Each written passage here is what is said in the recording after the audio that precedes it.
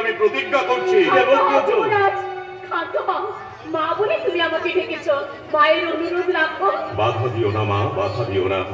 ভগবান শ্রীরামচন্দ্র যদি হাসি মুখে পিতৃ সত্য পালন করতে পারেন, আমিও পারব। আমি প্রতিজ্ঞা করছি, বর্তমানে হস্তিনার সিংহাসন আমি গ্রহণ করব না। আরো প্রতিজ্ঞা করছি, আমার এই মায়ের গর্ভজাত সন্তানকে আমি নিজে হস্তিনার সিংহাসনে অভিষিক্ত করব। নিয়তি নিয়তি ওরে দেবব্রত, আমি তোর একমাত্র। শান্ত হন পিতা, পিতার সত্য রক্ষা করা পুত্রেরই ধর্ম। বড় ভালো ছেলে, আর কোনো কথা নেই, আর কোনো না না, আসল কথাই তো বাকি। এখনো কথা, শেষ কথা, শেষ কথা। তুমি রাজ্যের অধিকার ছেড়েছ, সোনার ছেলের মতো কাজ করেছ, কিন্তু তোমার ছেলে, সেই ছেলে এসে যদি বেঁকে বসে, তখন তখন কি হবে? আমার তো বিয়েই হয়নি দাসরাজ। আজ হয়নি, কার হবে? বিয়ে করলেই ছেলে হবে।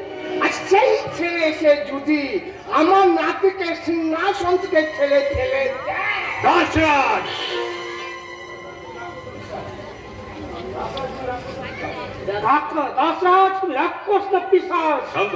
শান্ত হন মহামন্ত্রী।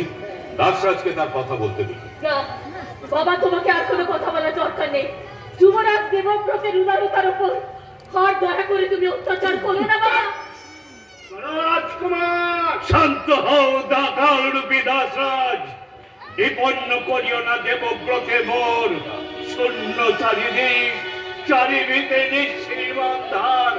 প্রতিহারী দৌবারি লড়ে যাও দেবব্রতের মন পৃথিবীর গৌরতম করে।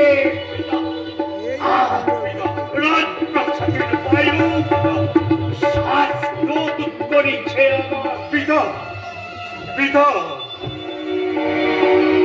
শান্ত হও, শান্ত হও পিতৃরূপী মোর ভগবান। স্বর্গ হতে বড় তুমি, সর্বধর্মসার। জীবনের যাত্রা পথে জানিয়াছি শ্রেষ্ঠ সুখ ত্যাগ পরহিতে। ওই ওই হেরো ব্যাকুল দেবতা উদ্ধ হতে চাহে মোর পানে। পদতলে সর্বংসহা নিশ্চলা ধরণী, জগতের ঋষিকুল উচ্চারিছে ত্যাগ মন্ত্র ধ্বনি। মেঘোত্তর ভেদী বৈকুণ্ঠ গোলকে তুলিয়াছে মহালরণ। মা, মা কোথা তুমি জননী জাহ্নবী, শক্তি দাও হৃদে অটল সুয়ের সম পরগমা প্রতিজ্ঞা পালনে।